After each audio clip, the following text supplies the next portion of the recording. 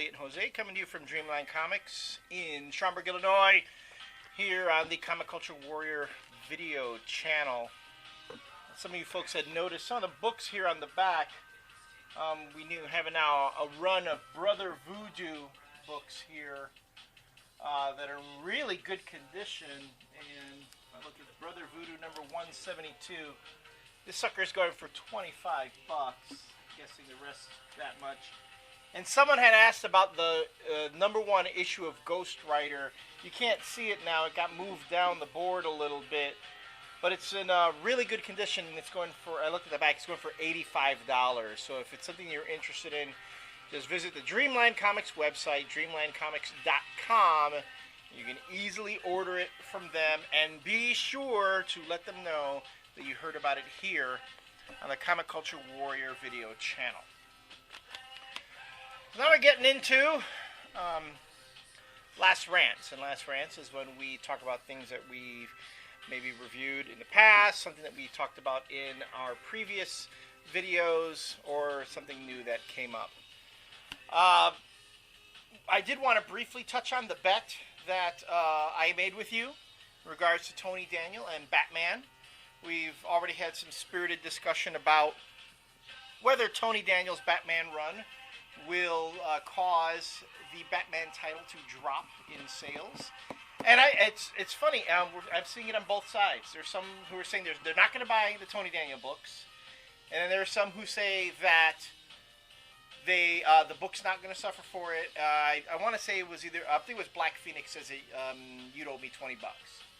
But I think we didn't make...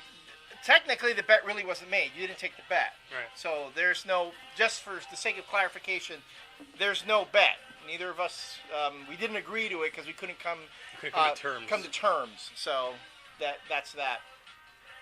Also, my justifications for it were called to question. You really did contradict yourself. I did. When I watched the video. You're right. When I watched the video, it did appear that I contradicted myself. But I do want to clarify. I said it right from the very beginning. I had a gut feeling. It was a gut feeling that I had that the Batman title was still going to sell well, even though Tony Daniel took over the book. Although I do acknowledge your argument that the reason Battle for the Cowl sold so well was because it was the only Batman book out there. So just so you folks know that I was listening to his argument. I understood his argument. It's not very well. I understood his argument, and I acknowledge that as a very valid argument, but I'm just saying I have a gut feeling, and there is something about the Batman flagship title that gives it kind of, I don't say it's impervious, but... Well, speaking of flagship titles, I mean, look what happened to Justice League. Justice League used to be in the top 10, top 15, now it's like number 25. But that was a really steady erosion that was happening over time, and that was because... And well, you know what? It took a whole year for that book to drop. I'll tell you one, but you know, reading one issue of Batman by Tony Daniel is like reading an entire year worth of shitty Justice League. It's really condensed all that time into that one issue. Right. Well, I think that's apples and oranges because Dwayne McDuffie also really had his hands tied with that book, and I think they're letting Tony Daniel do kind of what he wants with his run, if you ask me. So, I'm just saying. So, but again, to clarify, I understood Jose's argument. I'm going on a gut feeling. There was no bet made. So, we're that. And to also acknowledge something else that you guys have brought to our attention, Joe Quesada a couple weeks ago had said, given his justification for rising prices.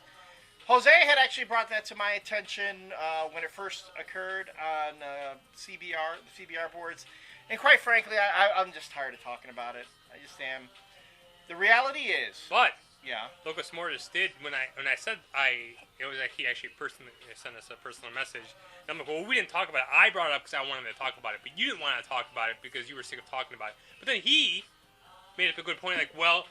if you guys stop talking about it, then everyone's gonna stop talking about it, and everyone's just gonna let it lie and let them do what they want to do. So, and that's why we bring up these things every so often, because they just continue to do the same shit over and over again. And if we do stop talking about it, then everyone just gives in and lets them win. You make a valid point. No, that is true.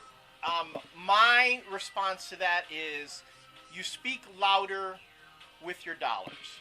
We can sit here and gripe about it, and everyone gripes about it. And I even had someone comment on the boards, said that when I go to San Diego, when I run into Joe Quesada, which I tend to do every year I go, talk to him and demand that they lower prices. Yeah, demand it. Demand it. Okay, here's the thing. I could do that. Okay, I can go up to Joe Quesada and say, hey, man, you should stop charging so much for the books, man, because I can't buy them. When the reality is, as I've said it before, there is no incentive for the companies to lower their prices if people keep buying them.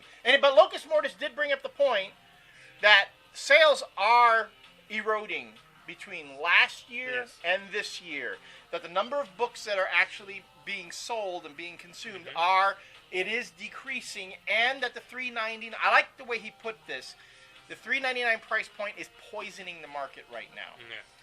And then Joe Quesada says something to the effect that it is not unheard of that the prices might actually drop on some titles. Although I don't believe it, because I haven't seen them drop anything. And all the books that have been up to $3.99 books are the books that aren't, those titles aren't really struggling as far as overall. And Marvel still sells the most books, and they still have the greatest market share. We can bitch and moan all we want. What you have to do is say, damn it, I'm going to stop buying this stuff. And that's it.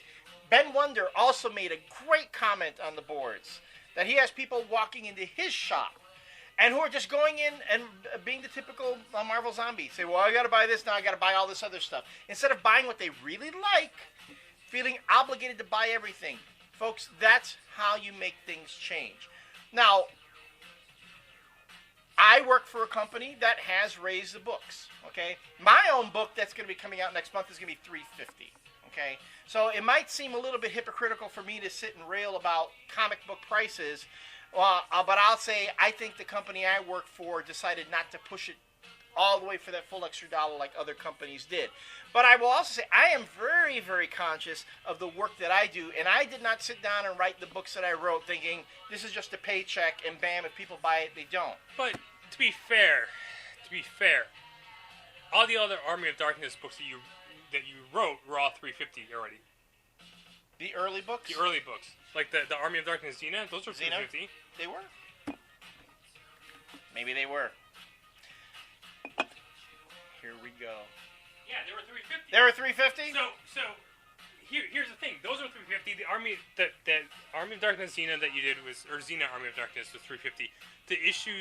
The couple issues of Army of Darkness that you did in the Army of Darkness series, or the one that you did, was also $3.50. Now, and if Ash Saves Obama is also $3.50. Now, it would be awful if they pulled a Marvel and like, well, Obama's in this book. Goes up to $3.99. $3.99. Yeah. But, and you know, this for the last year they've been consistent at $3.50. Yeah. The thing too is that, and I'm not going to jump all over Joe Quesada for what he said, because there were actually, and he made some valid points, I thought, with what he said. I mean, again, he gave the political answer, but you know, the reality is, whatever the rationale is for the prices going up, if you don't like it, you don't agree with it, then you speak by not buying. And have you ever, you know, with whoever said they want you to talk to Joe Quesada, have you ever listened or read Joe Quesada's answers to people's questions whenever, remember when that whole Marvel Diva thing came up? Yeah. Everyone was bitching about, like, yeah, kind of sexist, blah, blah, blah. How much of a baby was Joe Quesada in his explanation to, you know, what was it like, you know, people who are complaining about it aren't comic fans, so what the fuck, they should just shut up. And he always comes off as his tone, and the thing on CBR was kind of the same thing. It's like, he doesn't give a shit about your opinion, all right? I really don't think, if everybody at San Diego, if everybody went to like the Cup of Joe panel, if everyone said, all right, we're not buying Marvel books anymore. If hundreds of people in the panel said we're not buying them anymore unless you lower the prices, you know what? He'd do this, and he'd be like, all right, well, someone else is going to buy them. But it's true. I mean, and he does, It's true, and he does give the political answers to the point where he's not going to do anything about it. People can bitch and moan all you want, but he's not going to do anything about it. Well, the other... Okay. And here's the other thing, too. Why not? Go Why for not? it. Go. So, Marvel is now, and they've done this before, they always try to play catch up with DC. So what is Marvel doing now? Yeah. Marvel's going to start putting backup stories in their $3.99 books. Right. Okay, whereas DC made that choice to put backup features in there to warrant the $3.99 price. So they've had teams working on those stories for months. But Marvel is not trying to play catch up. So they're just going to pay some creators to do some stories for backups, and you're just going to throw them in there, and it's just going to be like a bunch of shit thrown together. Like, remember when Civil War was really, really late? Like, between, like, issues, like, 5 and 6 or something, there was, like, a 3-month gap. And they had and all those books that came out in the 3-month gap were all original creations that Marvel needed to write and draw within a month to fill that 3-month gap for retailers, so they didn't lose any money, because Amazing Spider-Man couldn't come out because you can't have that book go past what happened in Civil War. So they created all of this shit, all of these one-shots that were terrible. In these backup stories, that's exactly what it reminds me of. They're just trying to play catch up, and they're just trying to get shit together so people can start complaining about the $3.99 books. Well, guess what? If you put up shitty backup stories in the back, it's just going to be as bad as having a 22-page $3.99 book, because no one's going to want it. And he did make one comment that I really took issue with, was he said, we're not just going to put useless filler in the back. But that's exactly what it is. They were putting filler in there in the back. They were doing that Marvel Handbook that was one of the things that stuff. pissed me off when he said that. It's so condescending. Yeah, it was, come on, let's be real here. They were cutting corners. They were trying to push their profit margins, using pre-existing material, putting it into the books. Yeah, but let's be honest. When he said that, I just don't want to throw filler to it. What the fuck have you been doing for 2 years? Yeah. Really? So I did take issue with